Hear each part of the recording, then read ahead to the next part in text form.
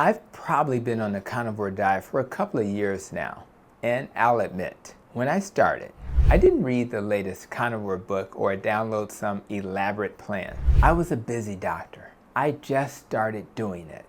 And thankfully, my transition went pretty smoothly, probably because I'd already moved from plant-based to low-carb and keto. My body had time to adjust gradually. But what I've learned since then is that not everyone's journey looks like mine. Over time, as I've connected with the carnivore and keto community, I've heard story after story of folks struggling in ways I never expected. That's what really opened my eyes and inspired this video.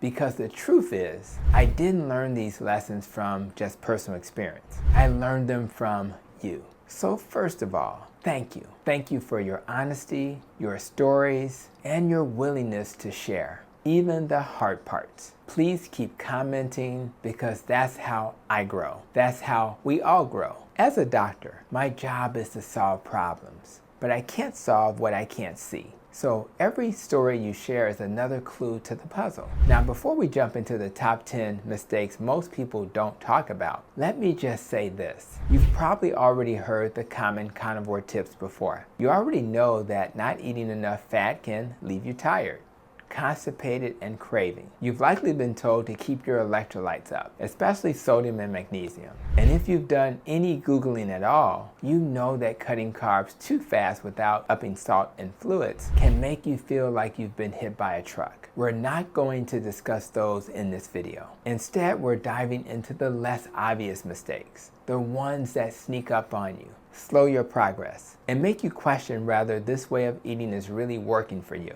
Let's start. Mistake number 1, mistaking no plants for no variety. Too many people fall into what I call the monotrophic trap. It's ribeye, ribeye, ribeye, and that's it. Don't get me wrong. Ribeye is the Beyonce of meats, but if that's all you're eating, you might be missing nutrients like zinc from oysters, retinol from liver, DHA from sardines, and glycine from collagen-rich cuts like oxtail or skin. Carnivore is about nutrient density, not just steak repetition. So mix it up. Eat like nature intended, nose to tail. Mistake number 2, ignoring biofeedback in the name of purity. I see this all the time. Someone says, well, dairy isn't strict carnivore, so I cut it out. But how did you feel on it? Your body should be your primary coach, not someone's social media opinion. If you do well with raw cheese or eggs, don't ditch them just to follow someone else's version of the plan. Carnivore is a tool, not a religion. Mistake number 3, assuming weight gain means you're doing it wrong. Especially for women or people recovering from years of dieting, weight gain isn't failure. It might actually be healing. If your body's finally absorbing nutrients and calming down stress hormones, it may temporarily store them. That doesn't mean you're broken. It means you're rebuilding. Track your energy, your labs, your cravings, not just the number on the scale. Mistake number 4, underestimating histamine or oxalate reactions. If you're dealing with symptoms like rashes, heart palpitations, or anxiety weeks into carnivore, don't assume it's still the keto flu. You could be reacting to high histamine foods like aged meat or seafood, or you may be dumping oxalates, especially if you were a green smoothie or almond flour person before. If symptoms linger, switch to fresh meats, reduce aged or fermented items, and support your body through the transition. It's not a setback, it's a detox. Mistake number 5, skipping labs because carnivore fixes everything. I love this diet, but it's not a magic shield. If you have something like a MTHFR mutation, you might still have elevated homocysteine. If you're not absorbing iron well, we need to know that.